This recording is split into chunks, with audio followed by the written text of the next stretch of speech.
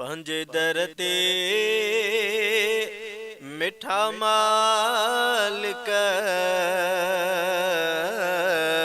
घुराइण तोखे सवलो आहे। गुनहगारनि खे सजदनि में रोआइण तोखे सवलो आहे। पंहिंजे दर ते मिठा मालिक घुराइण तोखे सवलो आहे। बुराइनि में गुज़र अक्सर मुंहिंजो हर साहो आॾोही हयाती मुंहिंजी जो हर पल ॾिठो रबा रुगो तो ई भलो बख़्शिश वारो रस्तो वठाइण तोखे सवलो आहे। गुनहगारनि खे सजदनि में रोआइण तोखे सवलो आहे। पंहिंजे दर ते मिठा मालिक घुराइण तोखे सवलो आहे। ढकिया थी बसब मुंहिंजा नवाज़िश तुंहिंजी अनमोला ऐं तुंहिंजे रब खज़ाननि मां रिज़्क़ रोज़ी भरी झोला मञा थो उन ऐं बुख ते बि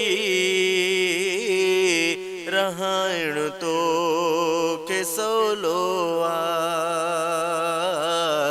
पंहिंजे दर ते मिठा मालिक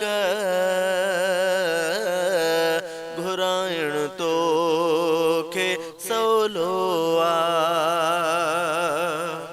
ॾोही मूं जहिड़े खे परवर ॾिनी तो आहे तंदुरुस्ती लखनि खां वधे किरोड़नि खां मूं ते थोरा अता तुंहिंजी ॾई बीमारी बिस्तर ते पुॼाइण तोखे सवलो आहे। ॾई बीमारी बिस्तर ते पुॼाइण तोखे सवलो आहे। पंहिंजे दर ते मिठा मालिक घुराइण तोखे सवलो आहे। रसो हूंदो ड्रिघो आहे कहावत ज़माने में मगर मुंहिंजो अक़ीदो आहे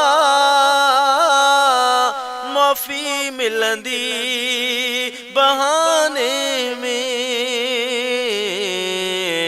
अमल सो ख़ास बस हिकिड़ो कराइण तोखे सवलो आहे।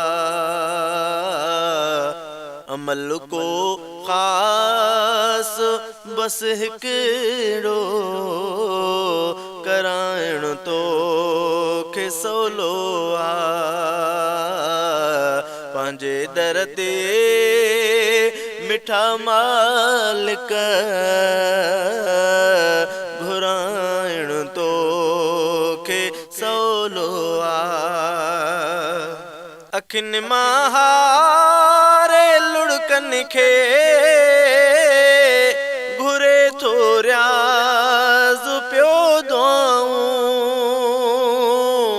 घुरे माफ़ी गुनाहनि जी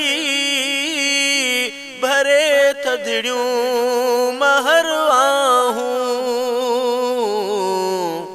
भरियल दफ़्तर गुनाह जो मिटाइण तोखे सवलो भरियल दफ़्तर गुनाह जो मिटाइण तोखे सवलो पंहिंजे दर ते मिठा मालिक घुराइण तोखे सवलो गुनहगारनि खे सजदनि में